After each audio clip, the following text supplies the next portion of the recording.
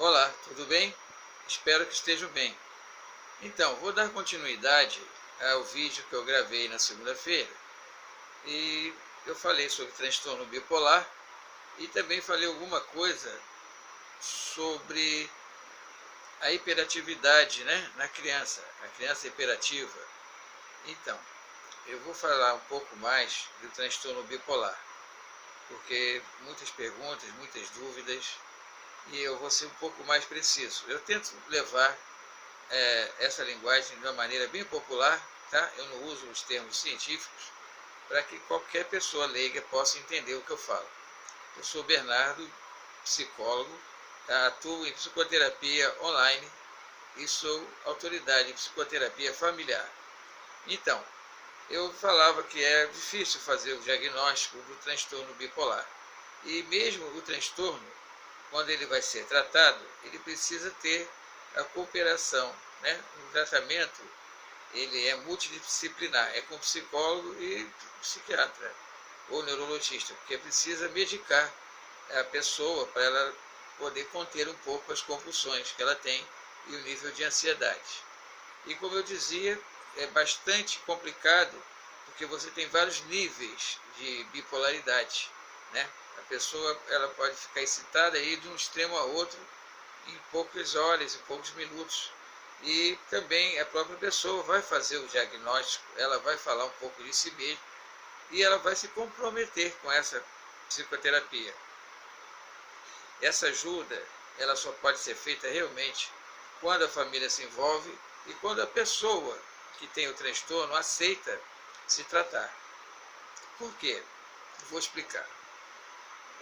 Se você toma só o remédio para controlar a ansiedade, você está tirando a casquinha. Lembra-se que eu falei? Você não está espremendo o custo, você não está indo nas causas.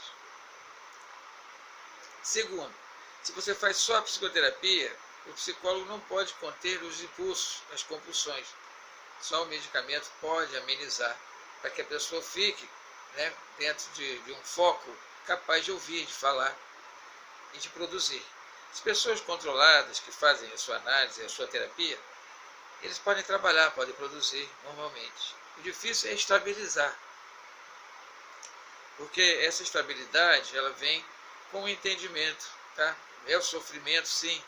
É como uma casa quando você vai fazer uma faxina, você tira todos os móveis do lugar, né? Vai tirar poeira, vai recolocar tudo, vai dar um jeito, vai botar um brilho ali, mas a terapia ela vai desorganizar um pouco no início, né? Ela não vai levar você a um sofrimento maior do que você já tem, mas é necessário que você entre em contato com o sofrimento e não fique fugindo dele, porque é quando você enfrenta que você consegue superar, que você consegue passar para uma outra etapa, não é? Não é um videogame que você tem que ir para uma nova fase, mas é como se você sentisse que progrediu, né? Isso é muito importante.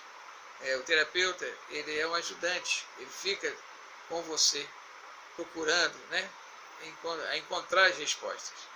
E esse reencontro, né, a volta ao início, né, o caminho de volta faz com que você tenha um pouco mais de segurança nessa caminhada, tá?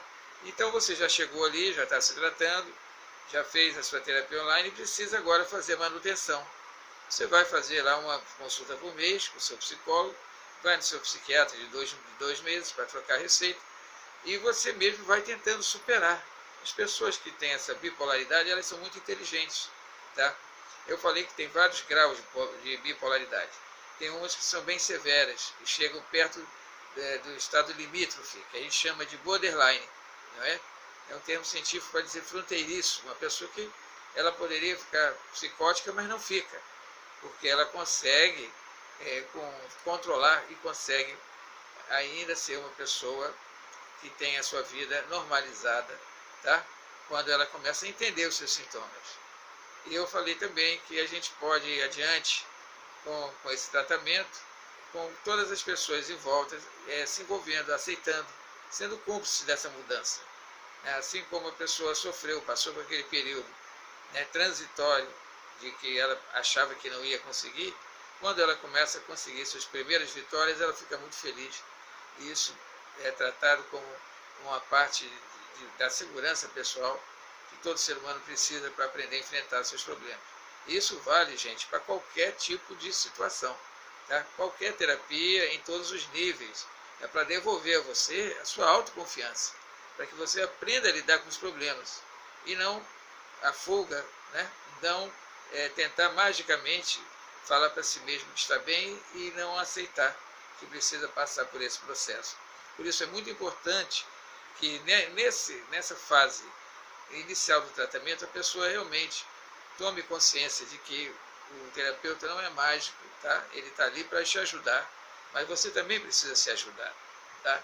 Agora vamos falar um pouco das crianças. As crianças hiperativas são aquelas crianças que têm uma atividade um pouco fora do comum, mas a gente precisa tomar muito cuidado que os colégios têm diagnosticado, né? Assistentes sociais, fonoaudiólogos, às vezes o professor, um pouco precocemente, por causa da ansiedade dos pais, que dizem, começam a se queixar, eu não consigo mais controlar esse menino ou essa menina, eu não consigo mais fazer a educação, não consigo mais fazer as entender. Não é isso. Eles estão numa fase agitada, que é muito normal, entre 3, 4 anos, até 8, 9, 10, e muitas vezes não é um transtorno.